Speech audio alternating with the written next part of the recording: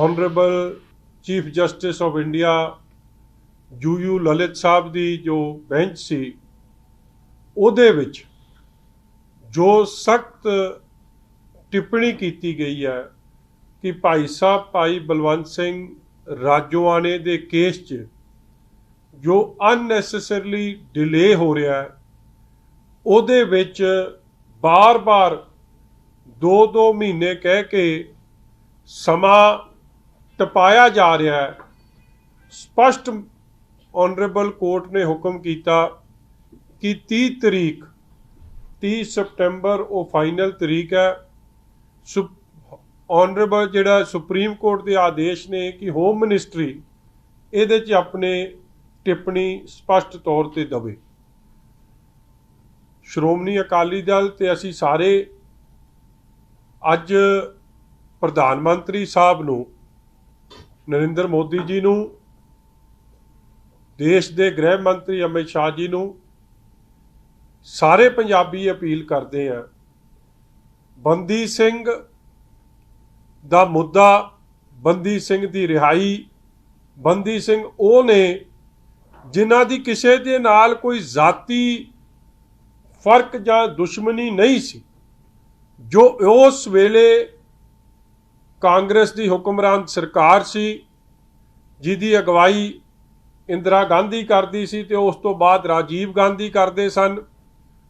जो श्री हरमंदिर साहब ते टैंकां तोपां भेज के श्री अकाल तख्त साहब नूं ढह ढेरी करना, अपनी फौज ही अपने लोगों के उल्ट वरतनी, शहीदी दिहाड़े दे दिन हज़ारां लोगों नूं उत्थे शहीद कर देना, इस मुद्दे नूं लैके जो बेइंसाफी हुई उन्होंने मुख रखदियां जां उस तो बाद जो 84 दे कांग्रेस वालों कतलेआम कराए गए, जेनोसाइड कराया गया, नस्लकुशी की गई, उस दे खिलाफ और जो उस तो बाद पंजाब च जो दौर चलिया कि 8% की बहुमत कली 8% लोगों ने वोट पाई, 8% लोगों ने, और एक सरकार बनी और उस सरकार ने किस तरीके नाल बेअंत सिंह की सरकार ने ह्यूमन राइट्स वायलेशनस किए, बच्चे बच्चियां नूं दिन दिहाड़े चक के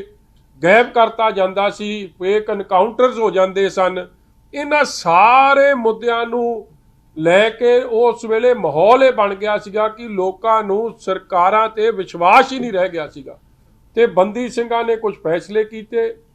उन्हां फैसलिਆਂ नूं मैं अज अपील करदा कि होम मिनिस्टर साहब प्रधानमंत्री जी जिहड़ा उन्होंने आप इस नूं हमदर्दी नाल विचारदे 550 साला प्रकाश पुरब के मौके ते मैं अज वो चिट्ठी फिर दोबारा थोड़े सामने सन्मुख लैके आया कि इस मुद्दे ते उन्होंने भी हमदर्दी जरूर विखाई, मगर उसका रिजल्ट नहीं निकलिया, वो रिलीज नहीं हो सके बंदी सिंह अज तक।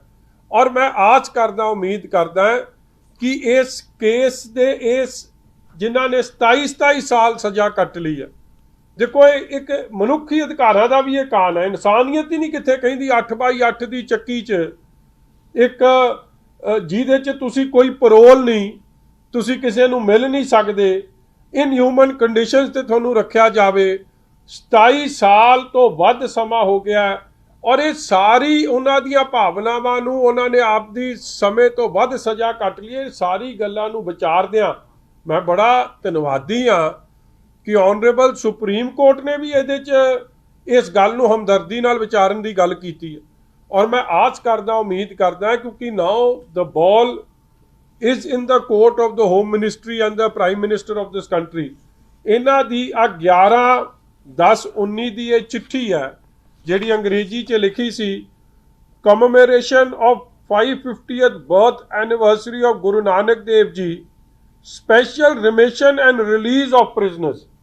ये स्पैशल रिमिशन च रिलीज च एक case of communication of death sentence to life imprisonment, एक केस का बलवंत सिंह राजोआना सन ऑफ मलकीत सिंह का स्पष्ट जिक्र है, जिथे बाकी जिहड़े नौ ने उहदे च प्रोफैसर दविंदरपाल भुल्लर जी भी ने जिन्हां दे बारे केसिस ऑफ स्पैशल रिमिशन च ਲਾਲ ਸਿੰਘ ਜੀ ਸਾਨੂੰ ਮਨਜੀਤ ਸਿੰਘ ਨੇ, ਇਸੇ ਤਰ੍ਹਾਂ ਹਰਜਿੰਦਰ ਸਿੰਘ ਨੇ, ਵਰਿਆਮ ਸਿੰਘ ਨੇ, ਨੰਦ ਸਿੰਘ ਨੇ, ਆਪਣਾ ਸ਼ਬੇਗ ਸਿੰਘ ਨੇ, ਗੁਰਦੀਪ ਸਿੰਘ ਖਹਿਰਾ ਸਾਹਿਬ ਨੇ, ਬਲਬੀਰ ਸਿੰਘ ਨੇ।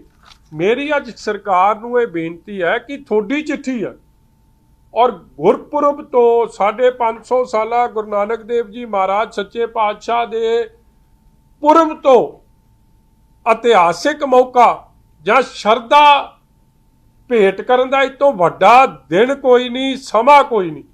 ਔਰ ਜੋ ਵਾਅਦਾ ਕੀਤਾ ਅੱਜ ਸਮਾਂ ਆਇਆ ਕਿ ਤੁਸੀਂ ਇਹਨਾਂ ਦੇ ਹੱਕ 'ਚ ਨਿਤਰੋਗੇ ਔਰ ਪੰਜਾਬ ਦੇ ਉਹਨਾਂ ਜ਼ਖਮਾਂ ਨੂੰ ਮੱਲਮ ਲਾਉਣ ਦਾ ਜ਼ਰੂਰ ਕੰਮ ਕਰੋਗੇ।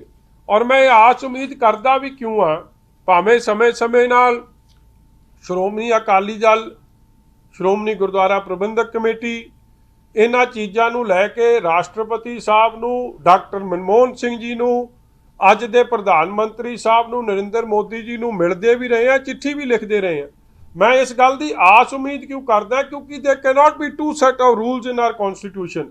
ਸੰਵਿਧਾਨ ਸਭ ਲਈ ਬਰਾਬਰ ਹੈ ਔਰ ਉਹ ਜੇ ਇਸ ਨੂੰ ਧਿਆਨ ਨਾਲ ਨਾ ਵਿਚਾਰਿਆ ਗਿਆ ਤੇ ਮੈਂ ਸਮਝਦਾ ਕਿਤੇ ਨਾ ਕਿਤੇ ਇਹ ਗੱਲ ਜ਼ਰੂਰ ਜਾਊਗੀ ਕਿ ਜਦ ਮਾਈਨੋਰਿਟੀ ਕਮਿਊਨਿਟੀ ਦੀ ਗੱਲ ਆਉਂਦੀ ਆ ਉਦੋਂ ਤੱਥ ਹੋਰ ਤਰੀਕੇ ਨਾਲ ਪੇਸ਼ ਹੁੰਦੇ ਆ। ਮੈਂ ਆਸ ਨਹੀਂ ਕਰਦਾ ਕਿ ਇਹ ਜੀ ਗੱਲ ਹੋਊਗੀ, ਮਗਰ ਇਹ ਗੱਲ ਆਵੇ ਵੀ ਨਾ, ਕਿਉਂਕਿ ਬਿਲਕਿਸ ਬਾਨੂ ਦਾ ਕੇਸ ਆਇਆ, ਉਹਦੇ 'ਚ ਵੀ ਇੰਪ੍ਰਿਜ਼ਨਮੈਂਟ ਦੀ ਗੱਲ ਸੀ, ਮਗਰ ਉਹਨਾਂ ਨੂੰ ਰਿਹਾ ਕਰਤਾ ਗਿਆ ਔਰ 15 ਸਾਲ ਬਾਅਦ ਹੀ ਰਿਹਾ ਕਰਤਾ ਗਿਆ। ਇਸੇ ਤਰ੍ਹਾਂ ਮੈਂ ਹੋਰ ਕੇਸ ਪੜ੍ਹ ਰਿਹਾ ਸੀ, ਕਈ ਜਿਹੜੇ ਪੁਲਿਸ ਵਾਲਿਆਂ ਤੇ ਜਿਸ ਉਸ ਸਮੇਂ 'ਚ ਐਕਸਟਰਾ ਜੁਡੀਸ਼ੀਅਲ ਕਿਲਿੰਗਸ ਦਾ, ਫੇਕ ਐਨਕਾਊਂਟਰਸ ਦਾ, ਜਿਨ੍ਹਾਂ ਤੇ ਮੇਰੇ ਕੋਲ ਬੜੀ ਲੰਮੀ ਚੌੜੀ ਲਿਸਟ ਹੈ, ਉਹਨਾਂ ਦੇ 9 ਸਨ, ਉਹਨਾਂ ਦੀ ਵੀ ਸਜ਼ਾ 5-5 ਸਾਲ ਮਾਫ ਕਰਤੀ, ਸਿੱਧੇ ਮਹੀਨੇ ਬਾਅਦ 2-2 ਮਹੀਨੇ ਬਾਅਦ ਜੇਲ੍ਹ 'ਚ ਲਾ ਕੇ 302, 500, 364 ਇਹਨਾਂ ਸਾਰਿਆਂ 'ਚ ਜਿੱਥੇ ਅਬਡਕਸ਼ਨ ਤੇ ਕਿਲਿੰਗ ਤੱਕ ਦੇ ਜੁਰਮ ਸੀ ਉਹ ਸਾਰਿਆਂ 'ਚ ਮਾਫ ਕਰਤੀ। ਇਸ ਲਈ ਦੋ ਕਾਨੂੰਨ ਨਹੀਂ ਹੋ ਸਕਦੇ ਦੇਸ਼ ਦੇ ਨਾਗਰਿਕ ਵਾਸਤੇ ਔਰ ਇਹਦੇ 'ਚ ਤਾਂ ਸਜ਼ਾ ਉਹਨਾਂ ਨੇ ਸਭ ਤੋਂ ਵੱਧ ਕੱਟ ਲਈ ਹੈ। ਇਸ ਲਈ ਮੈਂ ਆਸ ਕਰਦਾ, ਉਮੀਦ ਕਰਦਾ ਕਿ ਅੱਜ ਦਾ ਸਮਾਂ ਇਹ ਡਿਮਾਂਡ ਕਰਦਾ ਹੈ ਕਿ ਜਿਨ੍ਹਾਂ ਨੇ 27 ਸਾਲ ਤੋਂ ਵੱਧ ਸਮਾਂ ਇਨਹਿਊਮਨ ਕੰਡੀਸ਼ਨ 'ਚ ਵਿਦ ਨੋ ਪੈਰੋਲ 8/8 ਦੇ ਚੱਕੀ 'ਚ, ਫਾਂਸੀ ਦੀ ਚੱਕੀ 'ਚ ਰਹਿ ਕੇ ਕੱਟ ਲਿਆ, ਉਹਨਾਂ ਤੇ ਜੋ ਵਾਅਦਾ ਕੀਤਾ ਗਿਆ ਉਹ ਤੇ ਜ਼ਰੂਰ ਫੁੱਲ ਚੜਾਏ ਜਾਣ। ਔਰ ਮੈਂ ਉਹਨਾਂ ਲੋਕਾਂ ਨੂੰ ਵੀ ਅਪੀਲ ਕਰਦਾ ਕਿ ਭਾਈ ਜਿਹੜੇ ਇਸ ਤੇ ਛੋਟੀ ਸਿਆਸਤ ਕਰਦੇ ਆ ਨਾ, ਉਹ ਸਿਆਸਤ ਕਰਨਾ ਛੱਡ ਦਿਓ, ਕਿਉਂਕਿ ਇਹ ਕੋਈ ਐਡਾ ਜਿਹੜਾ ਕੋਈ ਕਈ ਵਾਰੀ ਕੋਈ ਇਹਨੂੰ ਹਿੰਦੂ ਸਿੱਖ ਬਣਾ ਲੈਂਦਾ।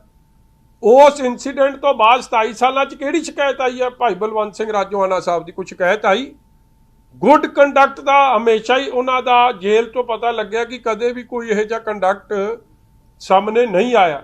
ਸੋ ਇਸ ਨੂੰ ਕਿਸੇ ਸਿਆਸਤ ਦੇ ਭੇਟ ਨਾ ਚੜੇ, ਮਗਰ ਪੰਜਾਬੀਆਂ ਦੀ ਭਾਵਨਾਵਾਂ ਨੂੰ ਮੁੱਖ ਰੱਖਦਿਆਂ, ਗੁਰੂ ਨਾਨਕ ਨਾਮ ਲੇਵਾ, ਇਨਸਾਨੀਅਤ ਨੂੰ ਮੁੱਖ ਰੱਖਦਿਆਂ ਹੋਇਆ ਇਹਨਾਂ ਦੀ ਮੈਂ ਆਸ ਕਰਦਾ, ਉਮੀਦ ਕਰਦਾ ਕਿ ਇਹਨਾਂ ਦੀ ਜਿਹੜੀ ਡੈਥ ਸੈਂਟੈਂਸ ਨੂੰ ਕਮਿਊਟ ਕਰਕੇ ਉਹਨਾਂ ਨੂੰ ਰਿਲੀਜ਼ ਦਾ ਕੰਮ ਸਰਕਾਰ ਜਲਦ ਔਰ ਤੁਰੰਤ ਆਪਣੇ ਵਾਅਦੇ ਤਹਿਤ ਕਰੂਗੀ। ਤੁਹਾਡੇ ਕੋਈ ਸਵਾਲ ਜੀ ਇਸ ਮਸਲੇ 'ਚ? ਜਦੋਂ ਵੀ ਬਲਜੀਤ ਸਾਹਿਬ ਰਾਜੋਆਣਾ ਸਾਹਿਬ ਦੀ ਗੱਲ ਹੁੰਦੀ ਆ, ਹਾਂਜੀ, ਰਵਨੀਤ ਸਿੰਘ ਬਿੱਟੂ ਦਾ ਪ੍ਰਤੀਕਰਮ ਇੱਕਦਮ ਆਉਂਦਾ ਔਰ ਉਹ ਬੜੀ ਵਿਰੋਧਤਾ ਕਰਦੇ ਆ, ਇਹਦੇ ਬਾਰੇ ਦੇਖੋ ਜਿਹੜੇ ਕੁਝ ਇੱਕ ਇਨਸਾਨ ਇਜ਼ ਨਾਟ ਦ ਕਨਸਟੀਟਿਊਸ਼ਨ, ਸੰਵਿਧਾਨ ਸਭ ਤੋਂ ਉੱਤੇ। ਰਾਜੀਵ ਗਾਂਧੀ ਦੇ ਜਿਹੜਾ ਉਹ ਸੀਗੇ, ਜਿਹੜੇ ਰਾਜੀਵ ਗਾਂਧੀ ਕੇਸ 'ਚ ਸਨ, ਅਸੈਸੀਨੇਸ਼ਨ ਕੇਸ 'ਚ ਪੈਰੇਵਿਲਨ, ਉਹਨਾਂ ਨੂੰ ਵੀ ਰਿਲੀਜ਼ ਕੀਤਾ ਗਿਆ। 29 ਸਾਲ ਉਹਨਾਂ ਨੇ ਜੇਲ੍ਹ 'ਚ ਰਹੇ, ਉਹਨਾਂ ਨੂੰ ਰਿਲੀਜ਼ ਕਰਤਾ ਗਿਆ। ਇਹ ਪੁਲਿਸ ਵਾਲੇ ਰਿਲੀਜ਼ ਹੋ ਗਏ, ਬਸਰਾ ਸਾਹਿਬ ਵਰਗੇ ਤੇ ਹੋਰ ਕਈ ਜਿਨ੍ਹਾਂ ਤੇ ਇਹ ਤੋਂ ਵੀ ਸੰਗੀਨ ਆਰੋਪ ਸਨ। ਔਰ ਜੇ ਬਿਲਕਿਸ ਬਾਨੋ ਵਾਲੇ ਕੇਸ ਵਾਲੇ ਰਿਲੀਜ਼ ਹੋ ਗਏ ਤੇ ਭਾਈ ਜਿਹਨੇ ਉਹ ਹਾਲਾਤ ਹੀ ਜਦ ਕਾਂਗਰਸ ਨੇ ਇਹ ਜਿਹੇ ਬਣਾਤੇ ਸੀ, ਜਦੋਂ ਸ੍ਰੀ ਹਰਿਮੰਦਰ ਸਾਹਿਬ ਜਿੱਥੇ ਨਾਨਕ ਨਾਮ ਚੜ੍ਹਦੀ ਕਲਾ ਤੇਰੇ ਭਾਣੇ ਸਰਬੱਤ ਦਾ ਭਲੇ ਦੀ ਅਰਦਾਸ ਬੇਨਤੀ ਹੁੰਦੀ ਹੋਵੇ, ਉੱਥੇ ਜਦ ਜਾ ਕੇ ਤੁਸੀਂ ਟੈਂਕਾਂ ਤੋਪਾਂ ਨਾਲ ਸ਼ਰੇਆਮ ਗੋਲੇ ਬਾਰੂਦ ਸਿੱਟਣ ਲੱਗ ਪਓਗੇ, ਲੋਕਾਂ ਨੂੰ ਸ਼ਹੀਦ ਕਰਨ ਲੱਗ ਪਓਗੇ, ਤੇ ਸੁਭਾਵਿਕ ਹੈ ਕਈਆਂ ਦੇ ਹਿਰਦੇ ਵਲੂੰਧੜੇ ਜਾਣਗੇ, ਬਰਦਾਸ਼ਤ ਤੋਂ ਬਾਹਰ ਹੋ ਜਾਂਦਾ। ਦਿੱਲੀ 'ਚ ਕੀ ਕੁਛ ਹੋਇਆ, 30-32 ਸਾਲ ਹੋ ਗਏ, ਕੀ ਹੋਇਆ? ਮਤਲਬ ਆ ਸੱਜਣ ਕੁਮਾਰ ਤੱਕ ਨੂੰ ਸਜ਼ਾ ਹੋਈ ਆ, ਬਾਕੀਆਂ ਦਾ ਜਗਦੀਸ਼ ਟਾਈਟਲ ਰੂਈ ਉਤਨਾ ਹੀ ਤੁਰੇ ਫਿਰਦੇ। ਇਹ ਜਿਹੇ ਹਾਲਾਤ ਬਣ ਗਏ ਸਨ। ਸੋ ਮੈਂ ਤਾਂ ਹਿੰਦੀ ਸਪੈਸ਼ਲ ਕੇਸ चिट्ठी आप सरकार लिख रही है, स्पैशल केस, स्पैशल रिमिशन, और मैं आस करदा, उम्मीद करदा कि हाँ पक्षी इस गल ते फैसला केंद्र की सरकार लऊगी। तो मैं समझदा पंजाबी गुरु नानक नाम लेवा ਜਿਹੜੇ ਇੱਕ ਤਰੀਕੇ ਨਾਲ ਇਹਨਾਂ ਕੇਸਾਂ ਦਾ ਚਾਹੁੰਦੇ ਆ ਕਿ ਇਹ 'ਤੇ ਹਮਦਰਦੀ ਨਾਲ ਵਿਚਾਰਿਆ ਜਾਵੇ, ਮੱਲਮ ਲਾਉਣ ਦਾ ਕੰਮ ਕੀਤਾ ਜਾਵੇ, ਔਰ ਟੂ ਪੁੱਟ ਦਿਸ ਬਿਹਾਈਂਡ ਅਸ, ਉਹਦੇ ਵਾਸਤੇ ਬੜਾ ਵੱਡਾ ਮੋਦੀ ਸਾਹਿਬ ਦਾ, ਅਮਿਤ ਸ਼ਾਹ ਜੀ ਦਾ ਉਪਰਾਲਾ ਮੈਂ ਸਮਝੂੰਗਾ ਜੇ ਸਹੀ ਤਰੀਕੇ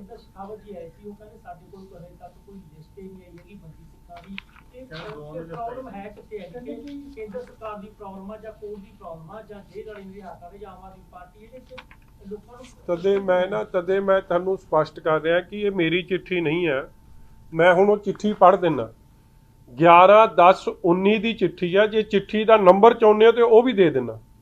ਚਿੱਠੀ ਦਾ ਨੰਬਰ ਹੈ 229010, ਔਰ ਇਹ ਚਿੱਠੀ ਦੇ ਜਿਹਨੇ ਸਾਈਨ ਕੀਤੀ ਹੈ ਅਰੁਣ ਸੋਪਤੀ ਜੀ ਨੇ, ਡਿਪਟੀ ਸੈਕਟਰੀ ਸਾਹਿਬ। ਉਹ ਕੀ ਲਿਖਦੇ ਆ, ਕਹਿੰਦਾ ਇਹ ਚਿੱਠੀ ਲਿਖੀ ਹੈ ਚੰਡੀਗੜ੍ਹ ਨੂੰ, ਔਰ ਉਹਦੇ 'ਚ ਲਿਖਿਆ I am directed to say that on the occasion of commemoration of 550th birth anniversary of Guru Nanak Dev Ji, the government of India has decided that 8 Sikh prisoners may be granted special remission and death sentence of 1 Sikh prisoner may be commuted to life imprisonment. The details of these 9 Sikh prisoners are given at annexure. ਅਨੈਕਸਚਰ ਉਹ ਹੈ ਜਿਹੜਾ ਮੈਂ ਤੁਹਾਨੂੰ ਪੜ੍ਹ ਕੇ ਸੁਣਾਇਆ। ਗਜਿੰਦਰ ਸ਼ੇਖਾਵਤ ਜੀ ਨੇ ਸ਼ਾਇਦ ਇਹ ਚਿੱਠੀ ਵੇਖੀ ਨਹੀਂ ਸੀ, ਔਰ ਤੁਹਾਨੂੰ ਵੀ ਪਤਾ ਹੈ ਕਿ ਮੋਦੀ ਸਾਹਿਬ ਜਦ ਡੇਰਾ ਬਾਬਾ ਨਾਨਕ ਸਾਹਿਬ ਆਏ ਸੀ, ਉੱਥੇ ਇਸ ਗੱਲ ਦਾ ਜ਼ਿਕਰ ਉਹਨਾਂ ਨੇ ਆਪ ਕੀਤਾ ਸੀ। ਔਰ ਇਹ ਸਾਰੀ ਗੱਲ ਇਹਦੇ 'ਚ ਅਗਲਾ ਪੈਰਾ ਹੈ, It has been decided 8 Sikh prisoners be given special remission under Article 161 of the Constitution and released from prison. The proposal of commutation of death sentence to life imprisonment of one prisoner is said to be processed under Article 72 of the Constitution of India. The state government / Union Territory administration concerned and Central State Division of Ministry of Home Affairs are requested to take all required action in this regard. I am also directed to convey the concurrence of the central government to state governments, union territories to the remission and release of 8 Sikh prisoners. Detailed mention in annexure for the cases where approval, concurrence, consultation with central government is required. स्पष्ट कह रहे हैं कि सारी ये देती, और मैं उन्होंने दी चिट्ठी पढ़ रहा, तरीक दसती, नंबर दसते, इसलिए शेखावत साहब को शायद कोई भुलेखा लग गया होना, इसलिए मैं उन्होंने स्पष्ट कर रहा। मैं तो ये भी कहना कि शेखावत साहब अगे लग के साडी गल की वकालत करन, और मैं उदाहरण थोनू दे के कह रहा कि जे बिल्किस बानू के केस च देखो, संविधान तो सब लिए एक है ना जी, वो रिगरस इंप्रिजनमेंट सी, किन्नियां नू रेप दा ते कतल दा उन्हां ते संगीन मामले दर्ज सी, और जे उन्हां 11 बंदियां नू असीं तां फिर 8-10 की गल कर रहे, एक झटके च 11 छड्डते, या पुलिस के अधिकारी एक झटके च छड्डते।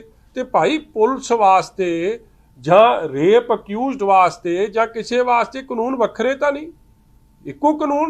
मैं तदे कह रहा इहदे नाल माइनॉरिटी कम्यूनिटीज़ ਇਹਦਾ ਸਵਾਗਤ ਕਰਨਗੇ, ਔਰ ਆਪਦੇ ਆਪ ਨੂੰ ਇਹ ਸਾਰੇ ਮਹਿਸੂਸ ਕਰਨਗੇ ਕਿ ਸੰਵਿਧਾਨ ਸਭ ਲਈ ਇੱਕ। ਜੇ ਦੋਗਲੇ ਮਾਪਦੰਡ ਹੋ ਗਏ ਤੇ ਕਿਤੇ ਨਾ ਕਿਤੇ ਇਹ ਨਾ ਹੋਵੇ, ਤਾਂ ਮੈਂ ਆਸ ਕਰਦਾ ਕਿ ਮੋਦੀ ਸਾਹਿਬ ਤੇ ਸ਼ਾਹ ਸਾਹਿਬ ਜੋ ਚਿੱਠੀ ਉਹਨਾਂ ਦੇ ਮਹਿਕਮੇ ਚੋਂ ਨਿਕਲੀ ਹੈ ਉਹ ਤੇ ਪੈਰਾ ਜ਼ਰੂਰ ਦੇਣਗੇ। ਰਾਜੋਆਣਾ ਸਾਹਿਬ ਦਾ ਤਾਂ ਸਪਸ਼ਟ ਲਿਖਿਆ ਹੀ ਹੈ ਜੀ, ਉਹ ਇਕੱਲੇ ਹੀ ਨੇ ਜਿਨ੍ਹਾਂ ਦਾ case of commutation of death sentence to life imprisonment ਨਾਂ ਲਿਖ ਕੇ ਆ। ਬਲਕਿ ਜੇ ਤੁਸੀਂ ਕਹੋ ਤੇ ਮੈਂ ਉਹਨਾਂ ਦੇ ਸਾਰੇ ਕੇਸ ਪੜ੍ਹ ਦੇਣਾ, ਉਹਨਾਂ ਨੇ ਸਾਰੀ ਕੁਝ ਲਿਖੀ ਹੈ ਡਿਟੇਲ ਨਾਲ, ਤੇ ਉਹਨਾਂ ਦਾ ਨਾਂ ਫਾਦਰ ਨੇ ਮਲਕੀਤ ਸਿੰਘ, ਇਹ ਸਾਰਾ ਕੁਝ ਲਿਖਿਆ, ਔਰ 8 ਨੇ ਦੂਜੇ ਜਿਸ 'ਚ ਪ੍ਰੋਫੈਸਰ ਦਵਿੰਦਰਪਾਲ ਭੁੱਲਰ ਜੀ ਨੇ। ਔਰ ਮੈਂ ਉਮੀਦ ਕਰਦਾ ਕਿ ਕੇਜਰੀਵਾਲ ਸਾਹਿਬ ਵੀ ਦਵਿੰਦਰਪਾਲ ਭੁੱਲਰ ਜੀ ਦੀ ਇਮੀਡੀਏਟ ਰਿਲੀਜ਼ ਕਰਨਗੇ। ਤੁਸੀਂ ਇਹ ਵੀ ਵੇਖੋ ਨਾ ਕਿ ਆ ਕੇਜਰੀਵਾਲ ਸਾਹਿਬ ਦੀ ਉਹ ਮੈਂ ਦੇਖ ਰਿਹਾ ਸਾਂ ਕਿ ਕਿੰਨੀ ਵਾਰੀ ਇਹ ਮੀਟਿੰਗ ਹੋਈ ਹੈ, ਮਗਰ ਉਹ ਉਹਨਾਂ ਦਾ ਫੈਸਲਾ ਨਹੀਂ ਕਰ ਰਹੇ। ਪਹਿਲਾਂ ਗਵਰਨਮੈਂਟ ਆਫ ਇੰਡੀਆ ਦਾ ਜਿਹੜਾ ਰਿਵਿਊ ਬੋਰਡ ਹੈ, ਫਰਵਰੀ 28 2020 ਨੂੰ ਫੈਸਲਾ ਸੀ, ਫਿਰ ਇਹਨਾਂ ਨੂੰ ਦਸੰਬਰ 11 ਨੂੰ ਲੈ ਗਏ, ਹੁਣ ਮਾਰਚ 3 ਨੂੰ ਫੇਰ ਮੀਟਿੰਗ ਹੋਈ, ਫੇਰ ਡਿਫਰ ਕਰਤਾ। ਮੈਂ ਤਾਂ ਉਮੀਦ ਕਰਦਾ ਯਾਰ 30 32 ਸਾਲ ਜ਼ਿੰਦਗੀ ਦਾ ਲੰਮਾ ਹਿੱਸਾ ਉੱਥੇ ਕੱਢਤਾ। ਜੇਲ੍ਹ 'ਚ ਦੇਖੋ ਮੈਂ ਗਿਆ, ਰਾਜੋਆਣਾ ਸਾਹਿਬ ਦੇ ਜਿਹੜੇ ਮੁਲਾਜ਼ਮ ਭਰਤੀ ਹੋਏ ਸੀ ਉਹ ਵੀ ਆਪਦੀ ਨੌਕਰੀ ਕਰਕੇ ਉੱਥੋਂ ਰਿਟਾਇਰ ਹੋ ਗਏ, ਰਾਜੋਆਣਾ ਸਾਹਿਬ ਹਲੇ ਵੀ ਉੱਥੇ ਬੈਠੇ। ਭਾਈ ਇਨਸਾਨੀਅਤ ਕਿੱਥੇ ਤਾਂ ਜ਼ਰੂਰ ਆਵੇ। ਔਰ ਜਿਸ ਦਿਨ ਦਾ ਉਹਨਾਂ ਦੇ ਅੰਦਰ ਨੇ 95 ਤੋਂ ਬਾਅਦ ਦੱਸੋ ਉਹਨਾਂ ਨੇ ਕਿਹੜਾ ਕਾਨੂੰਨ ਤੋੜਿਆ, ਕਿਸ ਨੂੰ ਆਮ ਕੀਤਾ? ਗੁੱਡ ਕੰਡਕਟ ਰਿਹਾ ਅਗਲਿਆਂ ਦਾ। ਇਸ ਲਈ ਹਰ ਚੀਜ਼ ਨੂੰ ਤਰਸ ਦੇ ਆਧਾਰ ਤੇ, ਗੁੱਡ ਕੰਡਕਟ ਦੇ ਆਧਾਰ ਤੇ, ਹਿਊਮੈਨਿਟੀ ਦੇ ਆਧਾਰ ਤੇ, ਇਨਸਾਨੀਅਤ ਦੇ ਆਧਾਰ ਤੇ, ਹਮਦਰਦੀ ਦੇ ਆਧਾਰ ਤੇ ਮੈਂ ਤਾਂ ਆਸ ਕਰਦਾ, ਉਮੀਦ ਕਰਦਾ ਕਿ ਇਹ ਕੈਪੀਟਲ ਪਨਿਸ਼ਮੈਂਟ ਵਰਗੀ ਤਾਂ ਚੀਜ਼ ਹੀ ਦੇਸ਼ ਤੋਂ, ਦੁਨੀਆ ਤੋਂ ਅਬੋਲਿਸ਼ ਹੁੰਦੀ ਜਾ ਰਹੀ ਹੈ। ਇਹ ਕਿਵੇਂ ਸਿਲੈਕਟਿਵ ਯੂਜ਼ 'ਚ ਨਾ ਰੱਖੀ ਜਾਵੇ। ਮਜੀਠੀਆ ਸਾਹਿਬ, ਇੱਕ ਤੁਸੀਂ ਜ਼ਿਕਰ ਕੀਤਾ ਕਿ 1984 ਚ ਦੌਰ ਹੀ ਉਹੋ ਜਿਹਾ ਬਣਿਆ ਸੀਗਾ, ਤਾਂ ਬਹੁਤ ਸਾਰੇ ਲੋਕੀ ਉਸ ਰਾਹ ਤੇ ਚੱਲ ਪਏ ਸਨ। ਤਾਂ ਹੁਣ ਇੱਕ ਬੀਜੇਪੀ ਵੱਲੋਂ ਇਲਜ਼ਾਮ ਲਗਾਏ ਜਾ ਰਹੇ ਨੇ, ਵਾਰਿਸ ਪੰਜਾਬ ਦੇ ਜਿਹੜੇ ਜਥੇਬੰਦੀ ਦੇ ਮੁੱਖ ਸੇਵਾਦਾਰ ਹੈ ਅੰਮ੍ਰਿਤਪਾਲ, ਉਹਨਾਂ ਤੇ ਇਲਜ਼ਾਮ ਲੱਗੇ ਨੇ ਕਿ ਵਿਦੇਸ਼ੀ ਏਜੰਸੀਆਂ ਦੇ ਨਾਲ ਰਲ ਚੁੱਕੇ ਨੇ, ਖਾਲਿਸਤਾਨ ਵਰਗਾ ਮਾਹੌਲ ਪੰਜਾਬ ਦੇ ਵਿੱਚ ਬਣਾ ਰਹੇ ਨੇ। ਗਰੇਵਾਲ ਹੋਰਾਂ ਦਾ ਇਲਜ਼ਾਮ ਹੈ। ਦੇਖੋ ਮੈਨੂੰ ਨਹੀਂ ਪਤਾ ਜੀ ਕੌਣ ਨੇ ਉਹ ਭਾਈ ਸਾਹਿਬ, ਉਹਨੂੰ ਜਦ ਦੇਖਾਂਗੇ ਫਿਰ ਕੋਈ ਜਵਾਬ ਦੇਵਾਂਗੇ। ਮੈਨੂੰ ਜਿਸ ਗੱਲ ਦਾ ਪਤਾ ਨਹੀਂ, I cannot comment on that. Ojha Singh ਦਰਾੜੀ ਵਾਲੇ ਮਸਲੇ ਦੇ ਉੱਤੇ ਕੀ ਕਹਿਣਾ ਚਾਹੋਗੇ? ਨੋਟਿਸ ਤਾਂ ਦਿੱਤਾ ਪਰ ਹਲੇ ਤੱਕ ਕੋਈ ਕਾਰਵਾਈ ਡਿਸਮਿਸ ਹੋਣਾ ਚਾਹੀਦਾ ਜੀ। ਜੇ ਡਿਸਮਿਸ ਨਹੀਂ ਕਰ ਰਹੇ ਤੇ ਕੀ ਫਿਰ ਉਹ ਪੈਸੇ ਜਿਹੜੇ ਉਹ ਮੰਗ ਰਹੇ ਆ ਆਪ ਦੇ ਖਜ਼ਾਨੇ 'ਚ ਜਾ ਰਹੇ ਆ? ਦੇਖੋ ਜੇ ਉੱਤੇ ਕਾਰਵਾਈ ਨਹੀਂ ਹੁੰਦੀ, ਅੱਜ ਫੌਜਾ ਸਿੰਘ ਸਰਾਰੀ ਦੀ ਆਡੀਓ ਟੇਪ ਕਿਸੇ ਹੋਰ ਨੇ ਨਹੀਂ ਲੀਕ ਕੀਤੀ, ਉਹਨਾਂ ਦੇ ਆਪਣੇ ਬੰਦੇ ਨੇ ਕੀਤੀ, ਉਹ ਵੀ ਆਪ ਦਾ ਬੰਦਾ, ਆਪ ਦਾ ਸੀਨੀਅਰ ਫੰਕਸ਼ਨਰੀ ਹੈ। ਸ਼ਰੇਆਮ ਫਰੋਤੀ ਮੰਗ ਰਿਹਾ, ਸ਼ਰੇਆਮ ਦਿਨ ਦਿਹਾੜੇ ਕਿਵੇਂ ਸਰਕਾਰੀ ਖਜ਼ਾਨੇ ਦੀ ਜਿਹੜੇ ਗਰੀਬਾਂ ਲਈ ਆਟਾ ਜਾਣਾ ਸੀ ਉਹਦੀ ਲੁੱਟ ਤੋਂ ਪੈਸਾ ਕਮਾਉਣ ਦੀ ਗੱਲ ਕਰ ਰਹੇ ਆ। ਜੇ ਨੋ ਐਕਸ਼ਨ, ਸਿੰਗਲਾ ਸਾਹਿਬ ਦੀ ਵੀਡੀਓ ਆਡੀਓ ਕਿਸੇ ਨੇ ਸੁਣੀ ਜੀ? ਨਹੀਂ, ਤੇ ਉੱਤੇ ਤਾਂ ਐਕਸ਼ਨ ਹੋ ਗਿਆ, ਤੇ ਜਿਹੜੀ ਸਭ ਨੇ ਸੁਣ ਲਈ ਉੱਤੇ ਐਕਸ਼ਨ ਕੋਈ ਨਹੀਂ। ਤੇ ਤੁਸੀਂ ਆਪ ਹੀ ਸਮਝ ਲਓ ਆਪ ਦੇ ਮਾਪਦੰਡ ਕਿਹੋ ਜਿਹੇ ਆ, ਜਾਂ ਇਹ ਦੱਸ ਦੇਣ ਕਿ ਇਹਨੇ ਕਿਹਦੀ ਸੇਵਾ ਕਰਤੀ ਹੈ, ਕਿਹਨੂੰ ਧੂਫ ਪਕਾਤੀ ਆ ਜਾਂ ਭੇਟ ਚੜਾਤੇ। ਉਹ ਨੋਟ ਜਿਹੜਾ ਕੋਈ ਹੁਣ ਫੈਸਲਾ ਹੀ ਲੈਣ ਤੋਂ ਘਬਰਾਈ ਜਾਂਦੇ। ਚੰਨੀ ਸਾਬਕਾ ਮੁੱਖ ਮੰਤਰੀ ਵੱਲੋਂ ਕੈਨੇਡਾ ਦੇ ਵਿੱਚ ਸਟੇਟਮੈਂਟ ਜਾਰੀ ਕੀਤੀ ਕਿ ਮੈਂ ਕਾਂਗਰਸ ਦੇ ਨਿਗਾਹ ਤੇ ਪੀਐਚਡੀ ਕਰ ਰਿਹਾ, ਥੀਸਿਸ ਕੰਪਲੀਟ ਹੋ ਚੁੱਕਿਆ, ਸਬਮਿਟ ਕਰਾਉਣ ਲਈ ਆਵਾਂਗਾ। ਉੱਤੇ ਲੋੜ ਹੀ ਨਹੀਂ ਜੀ, ਉਹ ਪੀਐਚਡੀ ਉਹੀ ਨੇ। ਕਾਂਗਰਸ ਦਾ ਨਿਗਾਰ ਦਾ ਕਾਰਨ ਤਾਂ ਚੰਨੀ ਸਾਹਿਬ ਆਪ ਨੇ, ਇਹ 'ਚ ਪੀਐਚਡੀ ਦੀ ਤਾਂ ਲੋੜ ਨਹੀਂ। ਔਰ ਮੈਂ ਪੜ੍ਹਿਆ ਸੀ ਕਿਤੇ ਅੱਖਾਂ ਦਾ ਆਪਰੇਸ਼ਨ ਕਰਾ ਦੇ, ਤੀਜੀ ਅੱਖ ਖੋਲਣ ਦੀ ਲੋੜ ਹੈ ਜਿਹੜੀ ਖੁੱਲ ਨਹੀਂ ਰਹੀ ਉਹਨਾਂ ਦੀ। ਇੱਥੇ ਹਰ ਤਰੀਕੇ ਦਾ ਆਪਰੇਸ਼ਨ ਹੁੰਦਾ, ਅਸੀਂ ਕਰਾ ਦਿਆਂਗੇ। ਮਤਲਬ ਮੈਂ ਕਹਿੰਦਾ ਨਾਈਟ ਵਿਜ਼ਨ ਲਵਾ ਦਿਆਂਗੇ, ਮੁੜ ਤਾਂ ਆਓ ਭਾਈ, ਇਨਫਰਾਰੈਡ ਉਹਨਾਂ ਦੇ ਲਵਾ ਦਿਆਂ। ਉਹਨਾਂ ਦਾ ਉਹ ਕਹਿੰਦੇ ਮੈਨੂੰ ਸਭ ਪਤਾ ਸੀ, ਹੁਣ ਉਹਨਾਂ ਦੇਖਣ ਤੋਂ ਹਟ ਗਿਆ। ਪਤਾ ਨਹੀਂ ਕੀ ਚੱਕਰ ਹੁੰਦਾ ਜਦ ਬੰਦਾ ਸਰਕਾਰ ਤੋਂ ਲੱਥਦਾ। ਪਠਾਨਕੋਟ ਤੇ ਔਰਤ ਨੇ ਬੱਚੀ ਨੂੰ ਭਰਤੀ ਨਹੀਂ ਕਰਵਾਇਆ ਗਿਆ, ਅੰਮ੍ਰਿਤਸਰ ਰੈਫਰ ਕਰ। ਯਾਰ ਦੇਖੋ ਅੱਜ ਦਾ ਮੁੱਦਾ ਨਾ ਮੇਰੇ ਲਈ ਸਿਰ ਤੇ ਸਿਰ ਬੰਦੀ ਸਿੰਘਾਂ ਨੂੰ ਸਮਰਪਿਤ ਹੈ। ਜੋ ਹੈਲਥ ਦੇ ਹਾਲਾਤ ਨੇ, ਐਜੂਕੇਸ਼ਨ ਦੇ ਹਾਲਾਤ ਨੇ, ਇਹਨਾਂ ਸਾਰੇ ਹਾਲਾਤਾਂ ਦੇ ਬਾਰੇ ਤੁਸੀਂ ਮੇਰੇ ਤੋਂ ਵੱਧ ਜਾਣਦੇ ਹੋ। ਇਹ ਸਵਾਦ ਕਿਸੇ ਵੱਖਰੇ ਦਿਨ ਲੈ ਲਿਓ, ਮਗਰ ਇਹ ਦੁਖਦਾਈ ਗੱਲ ਹੈ ਜੋ ਹੋ ਰਿਹਾ। ਇਹ ਜੋ ਪੇਸ਼ੈਂਟਸ ਦੇ ਹਾਲਾਤ ਬਣ ਰਹੇ, ਦੈਟ ਇਜ਼ ਦੀ ਰਿਐਲਿਟੀ, ਨਾਟ ਕਿ ਵਿਧਾਨ ਸਭਾ 'ਚ ਕੀ ਕਹਿ ਰਹੇ ਆ। ਵੇਖੋ ਵਿਧਾਨ ਸਭਾ 'ਚ ਕਰੋੜਾਂ ਰੁਪਈਆ ਖਰਚ ਹੋ ਰਿਹਾ ਹੈ ਸੈਸ਼ਨ ਬੁਲਾਉਣ ਲਈ। ਕੀ ਪੰਜਾਬ ਦੇ ਮੁੱਦੇ ਡਿਸਕਸ ਹੋ ਰਹੇ ਆ? ਕੇਜਰੀਵਾਲ ਸਾਹਿਬ ਦੀ ਪੋਲਿਟਿਕਸ ਕੀਤੀ ਜਾ ਰਹੀ ਹੈ। ਮੈਂ ਤਾਂ ਅੱਜ ਇਹ ਵੀ ਡਿਮਾਂਡ ਕਰਦਾ ਹਾਂ ਕਿ ਆ ਜਿਹੜਾ ਕਰੋੜ ਰੁਪਈਏ ਦਾ ਖਰਚ ਹੈ, ਇਹ ਪੰਜਾਬ ਦੇ ਲੋਕ ਇਹਦਾ ਬੋਝ ਕਿਉਂ ਚੱਕਣ? ਇਹ ਪੰਜਾਬ ਦੀ ਲੋਕਾਂ ਦੀ ਜੇਬ 'ਚੋਂ ਕਿਉਂ ਜਾਵੇ? ਇਹਦਾ ਖਰਚਾ ਆਪ ਦੀ ਅਕਾਊਂਟ 'ਚ ਹੋਣਾ ਚਾਹੀਦਾ, ਕਿਉਂਕਿ ਇਹ ਪੋਲਿਟਿਕਸ ਕੇਵਲ ਹੋ ਰਹੀ ਹੈ ਕਿ AAP Kejriwal is the only alternative. To BJP and mister Modi. ਸਿਆਸਤ ਤਾਂ ਇੱਥੇ ਹੀ ਹੋ ਰਹੀ ਹੈ। ਖਰੀਦੋ ਫਰੋਖਤੀ ਤਾਂ ਅੱਜ ਤੱਕ ਕੋਈ ਤੁਹਾਡੇ ਸਾਹਮਣੇ ਆਈ ਜੀ ਗੱਲ। ਔਰ ਲਾਅ ਐਂਡ ਆਰਡਰ ਦੇ ਜਾਂ ਪੁਲਿਸ ਦੀ ਇਨਕੰਪੀਟੈਂਸ ਦੇ ਹਾਲ ਵੇਖ ਲਓ। ਹਰਪਾਲ ਚੀਮਾ ਜਾ ਕੇ ਐਪਲੀਕੇਸ਼ਨ ਦੇ ਰਿਹਾ to none other than the DGP, ਔਰ 14/9 ਦੀ ਦਿੱਤੀ ਹੋਈ ਹੈ। ਅੱਜ 29 ਹੋ ਗਈ, ਸੌਰੀ 29/9 ਹੋ ਗਈ, ਰਿਜ਼ਲਟ 0। ਤੇ ਫਿਰ ਸਧਾਰਨ ਬੰਦਾ ਜਦ ਥਾਣੇ ਜਾਊਗਾ ਉਹਦੀ ਕਿੰਨੀ ਕੁ ਸੁਣਵਾਈ ਹੋਣੀ ਹੈ ਤੁਸੀਂ ਆਪ ਲਾ ਲਓ ਇਹ ਤੋਂ ਅੰਦਾਜ਼ਾ। ਇਹ ਤੋਂ ਇਨਕੰਪੀਟੈਂਟ ਸਰਕਾਰ, ਇਹ ਤੋਂ ਫੇਲ ਸਰਕਾਰ ਕੋਈ ਹੋ ਸਕਦੀ ਹੈ? ਕੱਲ ਸ਼ਹੀਦ ਆਜ਼ਮ ਸ਼ਹੀਦ ਭਗਤ ਸਿੰਘ ਜੀ ਦੇ ਰੰਗ ਦੇ ਦਸਤਾਰ ਬੰਨੇ ਨਾਲ ਕੋਈ ਭਗਤ ਸਿੰਘ ਜੀ ਨਹੀਂ ਬਣ ਜਾਣਾ। ਸ਼ਹੀਦ ਆਜ਼ਮ ਸ਼ਹੀਦ ਭਗਤ ਸਿੰਘ ਜੀ ਦੇ ਫੁੱਲ ਪੇਜ ਇਸ਼ਤਿਹਾਰ ਦੇ ਕੇ ਥੱਲੇ ਇਸ ਤਰ੍ਹਾਂ ਹੱਥ ਜੋੜ ਕੇ ਭਗਵੰਤ ਮਾਨ ਬੋਲੇ ਮੇਰਾ ਕਾਮ ਬੋਲਦਾ ਹੈ, ਮਸਲਾ ਹੱਲ ਨਹੀਂ ਹੋ ਜਾਣਾ। ਉਹ ਜਿਹੜੀ ਸਿੱਪੀ ਸ਼ਰਮਾ ਪੀਟੀਆਈ ਦੀ ਜਿਹੜੀ ਅਧਿਆਪਕ ਆ, ਉਹ ਉਸ ਟੈਂਕੀ ਤੇ ਚੜੀ ਸੀ, ਉਹ ਅਸਲੀਅਤ ਬਿਆਨ ਕਰਦੀ ਸੀ। ਜਿਹਨੂੰ ਮੂੰਹ ਬੋਲੀ ਭੈਣ ਬਣੀ ਸੀ ਉਹ ਕੇਜਰੀਵਾਲ ਸਾਹਿਬ ਦੀ ਤੇ ਭਗਵੰਤ ਮਾਨ ਜੀ ਦੀ, ਜਿਹਨੂੰ ਇਹ ਕਿਹਾ ਗਿਆ ਸੀਗਾ ਕਿ ਜਦੋਂ ਸਾਡੀ ਸਰਕਾਰ ਆਊ ਸੇ ਸਾਡੇ ਅਧਿਆਪਕ ਸਵੀਡਨ, ਡੈਨਮਾਰਕ, ਕੈਨੇਡਾ, ਅਮਰੀਕਾ ਜਾਣਗੇ, ਬੱਚਿਆਂ ਨੂੰ ਪੜ੍ਹਾਉਣਗੇ, ਇਹਨਾਂ ਨੂੰ ਟੈਂਕੀਆਂ ਤੇ ਨਹੀਂ ਜਾਣਾ ਪੈਣਾ। That is the true story.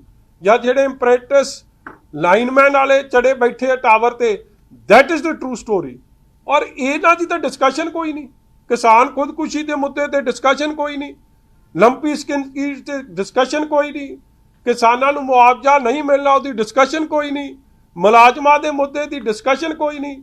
ਕੇਵਲ ਤੇ ਕੇਵਲ ਕੇਜਰੀਵਾਲ ਨੂੰ ਭਾਜਪਾ ਦਾ ਆਲਟਰਨੇਟਿਵ ਕਿਵੇਂ ਪੇਸ਼ ਕਰਨਾ ਉਹਦੇ ਲਈ ਵਿਧਾਨ ਸਭਾ ਵਰਤੀ ਜਾ ਰਹੀ ਹੈ। ਇਸ ਲਈ ਦਾ ਖਰਚਾ ਵੀ ਆਪ ਸੁਪਰੀਮੋ ਕੇਜਰੀਵਾਲ ਸਾਹਿਬ, ਭਗਵੰਤ ਮਾਨ ਸਾਹਿਬ ਆਪਣੀ ਜੇਬ ਚੋਂ ਦੇਣ।